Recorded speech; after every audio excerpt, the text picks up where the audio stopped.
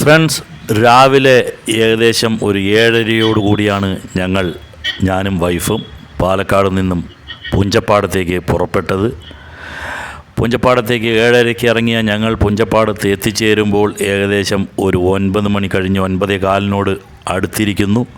അപ്പോൾ പുഞ്ചപ്പാടത്ത് നിന്നും ഞങ്ങൾ ഒരു വിഭവസമൃദ്ധമായിട്ടുള്ള ഒരു അടിപൊളി ഊണ് എന്ന് തന്നെ പറയാം, ഒരു ഹെവി ലഞ്ച്, സാമ്പാർ, പപ്പടം, കാത്തോരൻ, അതേപോലെ തന്നെ ഒരു സാലഡ്, അച്ചാർ, അങ്ങനെ ഒരുപാട് ഐറ്റംസ് ഉള്ള ഒരു അടിപൊളി ലഞ്ച് എന്ന് തന്നെ പറയാം. അപ്പോൾ ലഞ്ച് കഴിച്ച ആ ആലസ്യമെല്ലാം ഒന്ന് മാറി ഞങ്ങൾ വൈകുന്നേരം വീണ്ടും ഒരു 6:30 തന്നെ പുഞ്ചപ്പാടത്ത് നിന്നും കടമ്പഴി പുറം വഴി പോയിക്കൊണ്ടിരിക്കുന്ന ഒരു ദൃശ്യമാണ് ഈ കാണുന്നത്. അപ്പോൾ ഞങ്ങൾ ഇറങ്ങുമ്പോൾ ഏകദേശം 6:30 ആയതുകൊണ്ട് തന്നെ ഞങ്ങളുടെ ഒരു വളരെ കാലമായിട്ടുള്ള ഒരു സ്വഭാവ രീതി വൈകുന്നേരം 7:30 അത്താഴം കഴിക്കുക എന്നുള്ളതാണ്. അപ്പോൾ ഇനി 7:30 വീട്ടിൽ പോയി എന്തെങ്കിലുമൊക്കെ വെച്ചുണ്ടാക്കുക എന്നുള്ളതൊരു വിഷമമാണ്. അപ്പോഴാണ് വൈഫിൻ്റെ അനുജത്തി പറഞ്ഞത്, നമ്മൾ പുഞ്ചപ്പാടത്തു നിന്നും പോകുമ്പോൾ കടമ്പഴിപ്പുറം കഴിഞ്ഞ് അഴിയന്നൂർ എന്നുള്ള ഒരു സ്ഥലം വരും. അഴിയന്നൂർ എന്നുള്ള സ്ഥലത്തിൻ്റെ എത്തുന്നതിന് കുറച്ച് മുമ്പായിട്ട്, ഇല്ലെങ്കിൽ അഴിയന്നൂരിൽ തന്നെ ഒരു HDFC ബാങ്ക് നമുക്ക് കാണാൻ കഴിയും. അപ്പോൾ ആ HDFC ബാങ്ക് കഴിഞ്ഞതും ഉള്ള ഒരു ലെഫ്റ്റിലേക്ക്, ഇടതുഭാഗത്തേക്ക് ഒരു കയറ്റമുണ്ട്.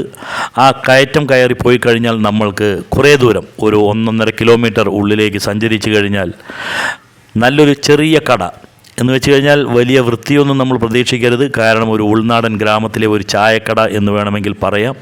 അപ്പോൾ ആ ഒരു ചായക്കട കാണും. ആ ചായക്കടയുടെ പേര് ഹരിഹരപുത്ര എന്നാണ്. അപ്പോൾ അവിടെ പോയി കഴിഞ്ഞാൽ നല്ല റോസ്റ്റും മറ്റും കിട്ടും. ദോശ, റോസ്റ്റ് ഇത്യാദി സാധനങ്ങളെല്ലാം കിട്ടും എന്നാണ് പറഞ്ഞത്. ഉച്ചയ്ക്കുള്ള ലഞ്ച് ഹെവി ആയതുകൊണ്ട് തന്നെ ഞങ്ങൾക്ക് അത്ര വലിയ വിശപ്പുമില്ല, എന്നാൽ അത്താഴപ്പട്ടിണി ഇരിക്കാനും പറ്റില്ല, ആ ഒരു അവസ്ഥയാണ്. അപ്പോൾ ഞങ്ങൾ ഏകദേശം അഴിയന്നൂരിൻ്റെ അടുത്തെത്തിയിരിക്കുന്നു. ഇനി അഴിയന്നൂരിൽ നിന്ന് നമുക്ക് പോകാനുള്ളത് ഇടതുവശത്തേക്ക് ആ ഒരു വലിയ ഒരു കയറ്റമുണ്ട്. അത് കയറി നമ്മൾ നേരെ ഹരിഹരപുത്ര തേടിയുള്ള ഒരു യാത്ര. 1.5 കിലോമീറ്റർ എന്നാണ് പറഞ്ഞത്. ഈ ഒരു കയറ്റം കയറി പോയി കഴിഞ്ഞാൽ ഒരു 1.5 കിലോമീറ്ററിൽ നമ്മൾ അവിടെ എത്തും.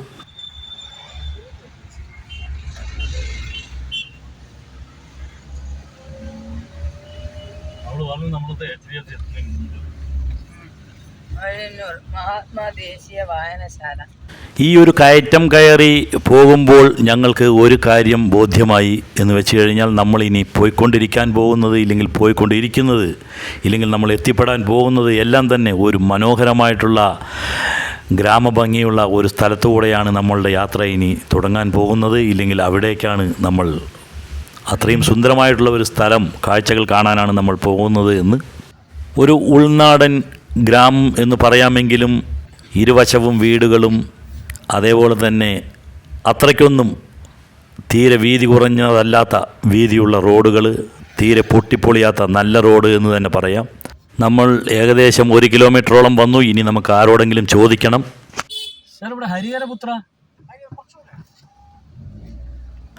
അല്പം കൂടെ മുന്നോട്ട് പോയാൽ വലതുവശത്തായിട്ട് കാണാം എന്നാണ് അദ്ദേഹം പറഞ്ഞത്. അപ്പോൾ നമ്മൾ കുറച്ചുകൂടെ മുന്നോട്ട് പോകേണ്ടിയിരിക്കുന്നു. വളഞ്ഞു പുളഞ്ഞു പോകുന്ന നല്ല ടാറിട്ട റോഡുകൾ കാണാൻ അതിരസം.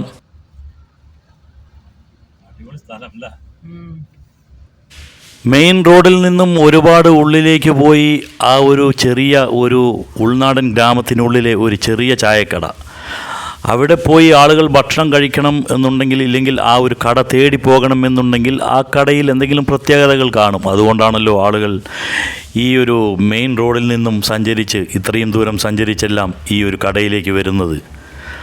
അത് എന്താണെന്ന് നമ്മൾക്ക് അവിടെ പോയി കഴിഞ്ഞാലാണ് അറിയാൻ കഴിയുക. അപ്പോൾ നമ്മളും ആ ഒരു ജിജ്ഞാസയിലാണ് പോയിക്കൊണ്ടിരിക്കുന്നത്. ചെറിയ ഒരു കുന്നിൻ പ്രദേശം എന്ന് വേണമെങ്കിൽ നമ്മൾക്ക് ഈ സ്ഥലത്തെ വിശേഷിപ്പിക്കാം. ഇടതുവശത്ത് മുഴുവൻ നമുക്ക് കാണാൻ കഴിയുന്നത് ഒരുപാട് താഴ്ചയുള്ള സ്ഥലങ്ങളാണ്. അതുകൊണ്ട് തന്നെ ഈ ഒരു സ്ഥലം കുറച്ച് പൊക്കത്തിൽ തന്നെയാണ് എന്ന് വേണം നമ്മൾക്ക് കരുതാൻ. നമ്മൾ അങ്ങനെ കടയുടെ അടുത്തേക്ക് എത്തിയിരിക്കുന്നു എന്നാണ് തോന്നുന്നത്. കാരണം ഇവിടെ കുറച്ച് കടകളെല്ലാം കാണുന്നുണ്ട്. നമ്മൾക്ക് തെറ്റിയിട്ടില്ല, വലതുവശത്തായി തന്നെയാണ് നമ്മളുടെ കടയുള്ളത്, നമ്മളുടെ ഹരിഹരപുത്ര എന്നുള്ള ആ ഒരു ചെറിയ കട. അപ്പോൾ നമ്മൾ ഇവിടെ ഒരു ഒഴിഞ്ഞ സ്ഥലത്ത് നമ്മളുടെ വണ്ടി പാർക്ക് ചെയ്ത് അങ്ങോട്ടേക്ക് പോകും. കാണുമ്പോൾ തന്നെ അറിയാം, നല്ല സുന്ദരമായിട്ടുള്ള ഒരു കാട്ടുപ്രദേശം മാതിരിയാണ് ഉള്ളത്. ഹോട്ടൽ ഹരിഹരപുത്ര, അതിൻ്റെ അടുത്ത് തന്നെ ഒരു ലക്ഷ്മി സ്റ്റോർ എന്നുള്ള ഒരു പലചരക്ക് കട, അതിൻ്റെ തൊട്ടടുത്ത് തന്നെ ഇങ്ങനെ ഒരു വീട് കാണാം. ഏതെങ്കിലും ഒരു ആനപ്രേമിയുടെ വീടായിരിക്കാം എന്നാണ് കരുതുന്നത്. കാരണം ഒന്നല്ല 2 ആനയുടെ രൂപങ്ങളാണ് അവിടെ കൊത്തിവെച്ചിട്ടുള്ളത്. നല്ല രസമുള്ള ഒരു കാഴ്ച. ഏതെങ്കിലും ആനപ്രേമിയായിരിക്കാം. നമുക്കപ്പോൾ നമ്മളുടെ ആദ്യത്തെ ഒരു നോട്ടത്തിൽ തന്നെ നമ്മൾക്ക് മനസ്സിലായി, ഒരു ചെറിയ കട, ഒരു ഉൾനാടൻ ഗ്രാമപ്രദേശത്തിലെ ഒരു ചായക്കട. അതുകൊണ്ട് തന്നെയാണ് ഞാൻ നേരത്തെ പറഞ്ഞു, നമുക്ക് വലിയ വൃത്തി അങ്ങനെയൊന്നും തോന്നേണ്ട, ഒരു കരിപുരണ്ട ഒരു ചെറിയ ഒരു കട, ഒരു ചെറിയ ചായക്കട. പക്ഷേ അവിടുത്തെ ഭക്ഷണത്തിന് എന്താണ് പ്രത്യേകത എന്നെല്ലാം നമ്മൾക്കറിയാം. എന്താണെന്ന് നോക്കാം. ഹോട്ടൽ ഹരിഹരപുത്രയുടെ ഉള്ളിലേക്ക് നമ്മൾക്കൊന്ന് കടന്നു ചെല്ലാം.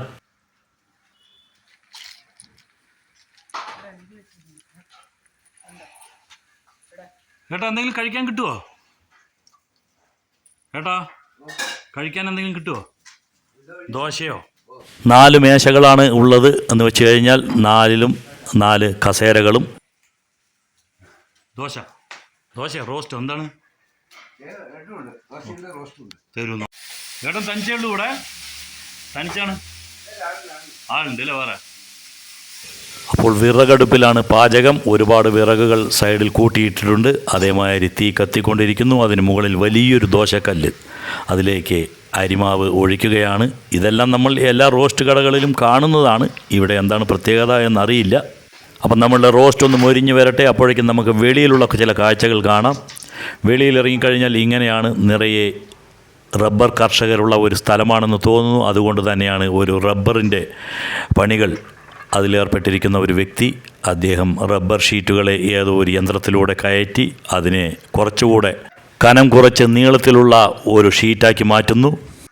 ഇനിയൊന്ന് പിന്നിലേക്കൊന്ന് പോയി നോക്കാം എന്താണ് പിന്നാമ്പുറത്തെ കാഴ്ചകൾ എന്ന്. നല്ല രസകരമായിട്ടുള്ള ഒരു സ്ഥലമാണ്, കാണാൻ അത്രയ്ക്കും സുന്ദരമാണ്. ഇവിടെ കുറേ വാഴയ്ക്ക കിടക്കുന്നുണ്ട്. ഒരു പക്ഷേ ഹോട്ടലിലേക്ക് ആവശ്യമായിട്ടുള്ള വാഴയ്ക്കയായിരിക്കാം, ബജ്ജിയോ എന്തെങ്കിലും ഉണ്ടാക്കാനുള്ളതായിരിക്കാം.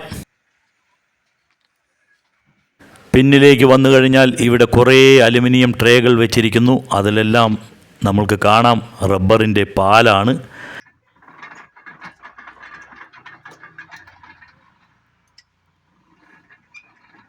ഇത് ഷീറ്റാക്കണല്ലേ?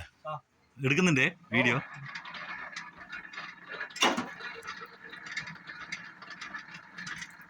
നീ ഇതിനെ കട്ട് ചെയ്യോ? ഓ, ആ ഡിസൈൻ പോലെ. റബ്ബറിൽ നിന്നും പാലെടുത്ത് ഇങ്ങനെയുള്ള കുറേ പ്രോസസ്സുകൾ ചെയ്ത് അതിന് ശേഷമാണ് ഈ ഒരു റബ്ബർ എന്നുള്ള ഉൽപ്പന്നം മാർക്കറ്റിലെത്തുന്നത്. നമ്മൾ പറഞ്ഞ റോസ്റ്റെല്ലാം ഈ സമയം കൊണ്ട് റെഡിയായിരിക്കാം. നമ്മളിനി കടയുടെ ഉള്ളിലേക്ക് പോകാം. നമ്മളുടെ റോസ്റ്റ് ആയോ എന്ന് നോക്കാം. ഇവിടെ ഇതാ നമ്മളുടെ റോസ്റ്റ് വന്നിരിക്കുന്നു. അതിൻ്റെ മുകളിലേക്ക് ഇതാ ഒരു ചട്നി, തേങ്ങ ചട്നി. അതിൻ്റെ തൊട്ടടുത്ത് തന്നെ ഉള്ളിയും മുളകും കൂടെയുള്ള ഒരു സമ്മന്തി, അതും കൂടെ വെച്ചിട്ടുണ്ട്. പ്രത്യേകത എന്ന് എനിക്ക് ഒറ്റ നോട്ടത്തിൽ മനസ്സിലാക്കാൻ പറ്റിയത്, ഒരു എണ്ണയുടെ അതിപ്രസരം ഇല്ല, അതേപോലെ തന്നെ പൊടിഞ്ഞു പോകുന്ന തരത്തിലുള്ളതല്ല. ഇതിൻ്റെ കൂടെ സാമ്പാർ കിട്ടുന്നില്ല, ചട്നിയും ഈ ഒരു സമ്മന്തിയും മാത്രമാണ്. രണ്ടും അതീവ രുചി എന്ന് തന്നെ പറയാം. ചട്നിയേക്കാളും വളരെയേറെ രുചിയായിട്ട് തോന്നിയത് ആ ഒരു ഉള്ളിയും മുളകും കൂടിയുള്ള ആ ഒരു മിശ്രണം, ആ ഒരു ചമ്മന്തി അടിപൊളി, സൂപ്പർ ടേസ്റ്റ്. അതിൻ്റെ കൂടെ നമ്മൾക്ക് ഒരു അടിച്ച ചായയും, അതൊരു സ്റ്റീൽ ഗ്ലാസ്സിലാണ് തരുന്നത്, അതും അതീവ ഹൃദ്യം എന്ന് തന്നെ പറയാം. അതേപോലെ തന്നെ ആ ഒരു ആംബിയൻസ്, കടയുടെ ആംബിയൻസ് അല്ല ഞാൻ ഉദ്ദേശിക്കുന്നത്, ആ ഒരു ചുറ്റുപാട്. കട ചെറുതോ വലുതോ എന്നുള്ളതിൽ കാര്യമില്ല. ഒരുപാട് ആളുകൾ, സമീപവാസികളും അതേപോലെ തന്നെ കേട്ടറിഞ്ഞു വരുന്നവരുമെല്ലാം ഒരുപാടാണ്. ഇവിടെ ദോശയും റോസ്റ്റും അല്ലാതെ ഇഡ്ഡലിയൊന്നും കിട്ടില്ല അല്ലേ? Dosa, roast, omelette. ഓ, ഏട്ടൻ്റെ പേരെന്താ? രാമകൃഷ്ണൻ. ഇത് സ്ഥലം ഏതാണ്? അഴിയണ്ണൂര്. രാവിലെ ഉണ്ടോ? ഓ, പിന്നെ 6 മണിക്ക് ശേഷം, 4 മണിക്ക് ശേഷം. രാവിലെ എത്ര മണിക്ക്? 7 to 11. പിന്നെ 4 to 8. രാവിലെ 7 മണി മുതൽ 11 വരെയും അതേപോലെ തന്നെ വൈകിട്ട് 4 മണി മുതൽ വൈകുന്നേരം 8 മണി വരെയുമാണ് ഇവിടുത്തെ ഒരു സമയം. ആ സമയത്ത് പോയാലേ ഭക്ഷണം കിട്ടുകയുള്ളൂ. രാമകൃഷ്ണേട്ടൻ തൻ്റെ പണിപ്പുരയിൽ തന്നെയാണ് ഇപ്പോഴും. അത്രയും തിരക്ക് വന്നിരിക്കുന്നു. നമ്മളും ഭക്ഷണം കഴിഞ്ഞ് വെളിയിലേക്ക് ഇറങ്ങി. ഇനി നേരെ പാലക്കാട്ടേക്ക് പോകുമ്പോൾ ഇങ്ങനെയും ചില കാഴ്ചകൾ. നമ്മളുടെ ഇന്നത്തെ ഈ ഒരു വീഡിയോ ഇവിടെ നിർത്തുകയാണ്. അടുത്ത ഒരു വീഡിയോയുമായിട്ട് വരുന്നവരേക്കും ബൈ, എൻജോയ്.